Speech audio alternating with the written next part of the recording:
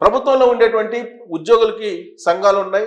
ఆ సంఘాల్లో ప్రధానంగా నేతలు ఉన్నారు. వాళ్ళలో చంద్రశేఖర్ రెడ్డి జగన్మోహన్ రెడ్డికి అనుకూలంగా ప్రచారం చేస్తున్నారు. ఉద్యోగుల్ని వైఎస్ఆర్ కాంగ్రెస్ పార్టీకి అనుకూలంగా మలచడానికి ప్రయత్నం చేస్తున్నారు అనేది వినిపిస్తూ ఉంది. ఫస్ట్ ఈయన చంద్రశేఖర్ రెడ్డి ఏపీ ఎన్జిఓ మాజీ అధ్యక్షుడు. ఈయన సో చంద్రశేఖర్ రెడ్డి ఏపీ ఎన్జిఓ మాజీ అధ్యక్షుడు. జగన్ సేవలో మునిగి తేలుతూ ఉన్నటువంటి ఉద్యోగ సంఘ నేతల్లో ఈయన ప్రథమంగా ఉన్నారు. గ్రామ వార్డు సచివాలయాల్లో ఉన్నటువంటి ఉద్యోగులతో ప్రతిరోజు ఇంటరాక్ట్ అవుతారు అనేది ఈయన మీద ఉన్నటువంటి ప్రధానమైనటువంటి ఆరోపణ. ఇప్పుడు ప్రతిరోజు కూడా జగన్మోహన్ రెడ్డి లేదా వైఎస్ఆర్ కాంగ్రెస్ పార్టీ యొక్క రాజకీయ ప్రోగ్రెస్ రిపోర్ట్ని గ్రామ వార్డు సచివాలయాల్ని తీసుకుంటున్నటువంటి ఉద్యోగ సంఘ నేతగా చంద్రశేఖర్ రెడ్డికి పేరుంది. చంద్రశేఖర్ రెడ్డి స్వస్థలం కడప జిల్లా. అందుకే జగన్మోహన్ రెడ్డి చంద్రశేఖర్ రెడ్డికి ఆ బాధ్యతలు అప్పచెప్పారు అనేటువంటి ఒక టాక్ కూడా ఉంది. 1985లో ప్రభుత్వ ఉద్యోగంలో చంద్రశేఖర్ రెడ్డి చేరారు. కెరీర్ ప్రారంభం నుంచి ఉద్యోగ సంఘాల్లో కీలక పాత్ర పోషిస్తూ వచ్చారు చంద్రశేఖర్ రెడ్డి. ఏపీ ఎన్జిఓ మాజీ అధ్యక్షుడిన. సో ఉద్యోగం కోసం హైదరాబాద్లో నివాసం ఏర్పాటు చేసుకున్నారు.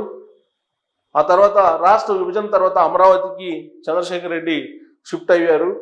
అప్పటి నుంచి కూడా ఉమ్మడి రాష్ట్రంలో ఉన్నప్పుడు, విడిపోయినటువంటి రాష్ట్రంలో ఉన్నప్పుడు కూడా ఈయన ఉద్యోగ సంఘ నేతగానే కీలకమైనటువంటి పోస్టుల్లో ఉన్నారు. ఈయన 2019 జనవరిలో ఏపీ ఎన్జిఓ అధ్యక్షుడిగా ఎన్నికయ్యారు.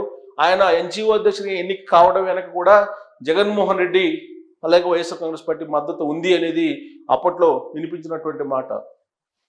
2021 జూన్లో జైలు శాఖ సూపరింటెండెంట్గా పదవి విరమణ చేశారు. 2021 జూన్లో ఆయన సూపరింటెండెంట్గా జైలు శాఖకి పదవి విరమణ చేశారు.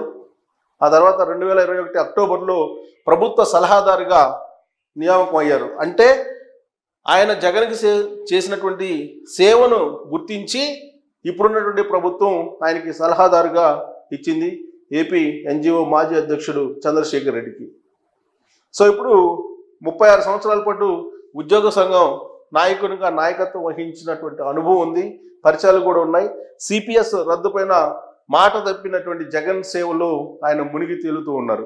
పిఆర్సీ ఇవ్వకపోయినప్పటికీ భారీగా డిఏ ఐఆర్ బకాయిలు ఉన్నప్పటికీ కూడా చంద్రశేఖర్ జగన్ సేవలో బాగా నిమగ్నం అయినారు.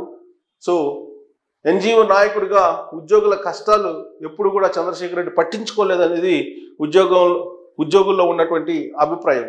జగన్ సర్కార్కే చంద్రశేఖర్ రెడ్డి ఒత్తాసు పలుకుతున్నారు, ప్రచారం చేస్తున్నారు అనుకూలంగా. ఎన్జిఓ సంఘం నాయకత్వం మీద విశ్వాసం కోల్పోయేలా ఉద్యోగులు చేసినటువంటి నేతగా ఆయనకి పేరుంది. మనకి ఆంధ్రప్రదేశ్ ఉద్యోగ సంఘం నేతలు అనగానే 4 పేర్లు గుర్తొస్తుంటాయి. చంద్రశేఖర్ రెడ్డి, జగన్మోహన్ రెడ్డి జమానాలో చంద్రశేఖర్ రెడ్డిదే హవా అనేది సచివాలయ వర్గాల్లో బాగా వినిపిస్తున్నటువంటి మాట. టోటల్గా అసలు ఉద్యోగ సంఘాల్లో ఐక్యత అనేది ఎక్కడ కూడా ఆంధ్రప్రదేశ్లో కనిపించట్లేదు. దీనికి ప్రధానమైనటువంటి కారణం జగన్మోహన్ రెడ్డి ప్రాంతాల వారీగా, కులాల వారీగా, మతాల వారీగా ఉద్యోగులను కూడా విభజించారు అనేటువంటి అభిప్రాయం చాలా బలంగా కూడా వినిపిస్తుంది. సిపిఎస్ రద్దుని కోరుతూ ఉద్యోగులు పెద్ద ఎత్తున ఉద్యమించారు.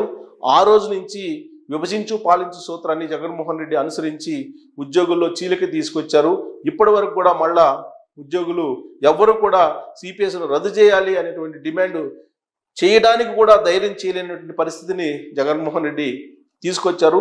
రాబోయేటువంటి ఎన్నికల్లో ఇప్పుడు ఉద్యోగులు వ్యతిరేకంగా ఉన్నారు కాబట్టి అనుకూలంగా మలచడానికి కులాన్ని, మతాన్ని, ప్రాంతాన్ని రకరకాలుగా సామ దాన దండోపాయాలు ఉపయోగిస్తూ జగన్మోహన్ రెడ్డికి అనుకూలంగా మలచడానికి చంద్రశేఖర్ రెడ్డి ప్రయత్నిస్తున్నారు అనేది సచివాలయ వర్గాల్లో చాలా బలంగా వినిపిస్తుంది. Thank you very much.